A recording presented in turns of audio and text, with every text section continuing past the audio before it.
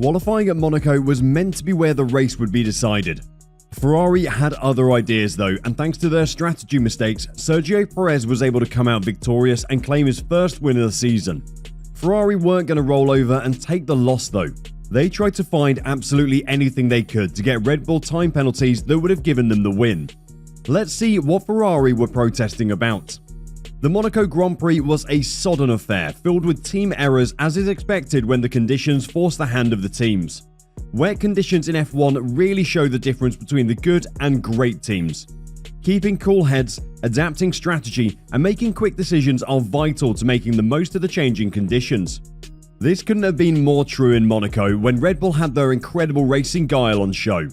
Red Bull's race day playbook is vast and well honed. It was, of course, the collective brain of team principal Christian Horner and chief strategy engineer Hannah Schmitz who pulled off a modern-day reenactment of David versus Goliath against their opposite numbers at Mercedes, Toto Wolff and James Vowles. Ferrari are now stepping into the ring with a race team that rarely make mistakes and know how to get the job done over a whole season.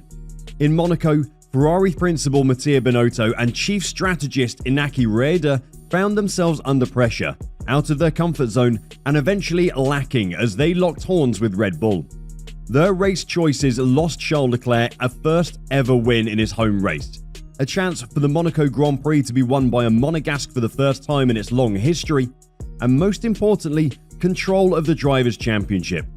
But when all else fails in F1, there's always the rulebook available to try and gain those few seconds you were missing during the race.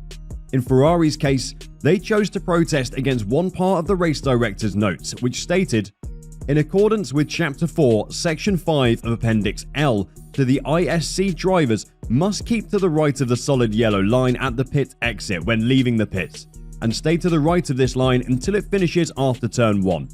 They filed protests against both Sergio Perez and Max Verstappen for what they saw as breaches of the race rules.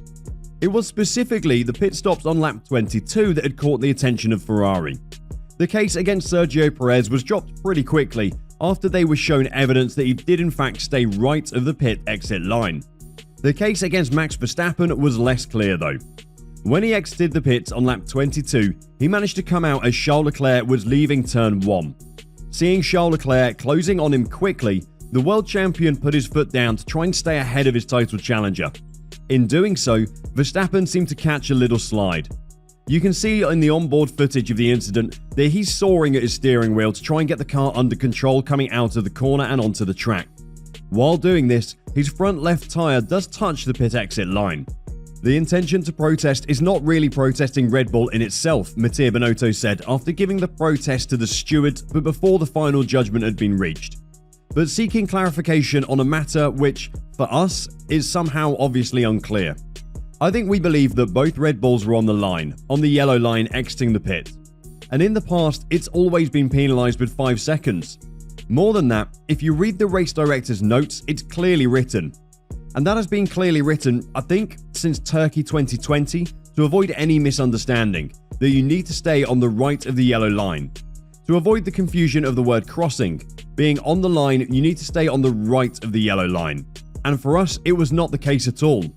Why Mattia has said he isn't protesting against Red Bull is a little beyond us. You've protested against both your rival's car, but the protest isn't against them? We're not sure how he gets to that conclusion. But the important part here is the time penalties that he thinks the Red Bull cars should have been receiving. The Ferraris and Red Bulls were never far apart from each other during the race. After the race restarted following Mick Schumacher's nasty crash, the front four were never more than a second from each other. They were nose to tail, with Leclerc following Verstappen, who followed Sainz, who followed race leader Perez, for what must have felt like an agonising age on the Red Bull pit wall. But this was the Monaco Grand Prix, and unless someone made a mistake, there was no chance of any overtaking. Especially not when it was the Minister of Defence, Sergio Perez, leading them around the city streets. As the race reached its time limit, they finished the final lap within 3 seconds of each other. A 5-second time penalty for Max Verstappen would have relegated him off the podium and crucially behind Charles Leclerc. It wouldn't have changed anything in the Drivers' Championship, but it would have saved a little bit of face for Ferrari, giving Leclerc something to celebrate in front of his home fans. Unfortunately for Mattia Binotto though, the race notes that he was protesting on were outdated. The race notes for the 2022 Grand Prix were copy and pasted from the 2021 Grand Prix. The FIA's ISC had changed during the off-season though, and Chapter 4, Section 5 of Appendix L had changed. It now read, any tyre of a car exiting the pit lane must not cross any line painted on the track at the pit exit for the purpose of separating cars leaving the pit lane from those on the track. The emphasis of the updated 2022 rules was on crossing the line, not touching it, and unfortunately for Ferrari, there wasn't evidence to prove that Max had crossed the line. The steward's statement absolving Max Verstappen said, the car did not cross the line. To do so, it would have needed to have a full wheel to the left of the yellow line. Accordingly, the driver did not breach the relevant section of the code, and this takes precedence over any interpretation of the notes.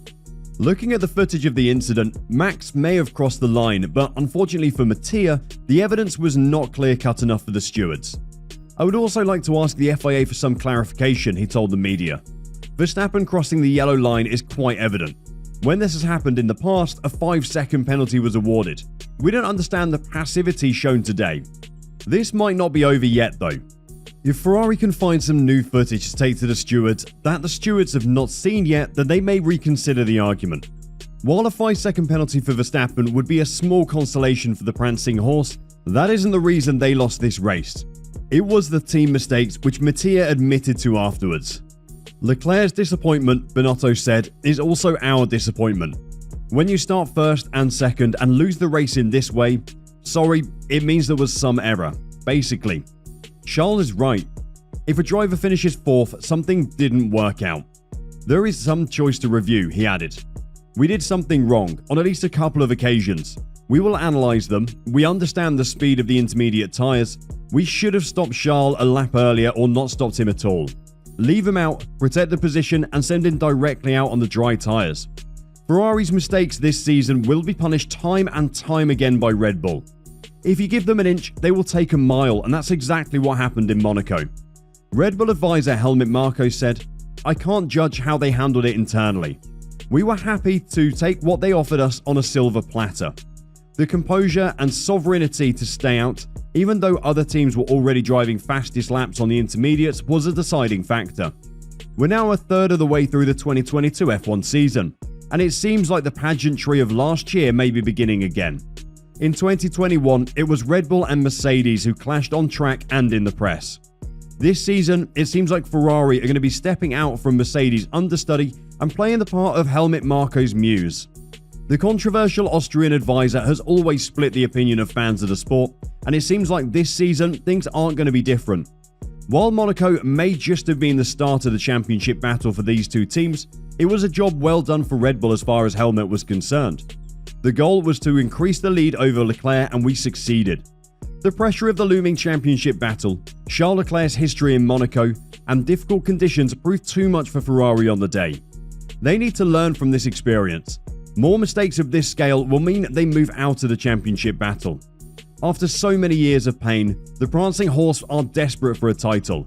But will that desperation eventually prove to be their downfall? Let us know in the comments section what you think of Ferrari's performance in Monaco.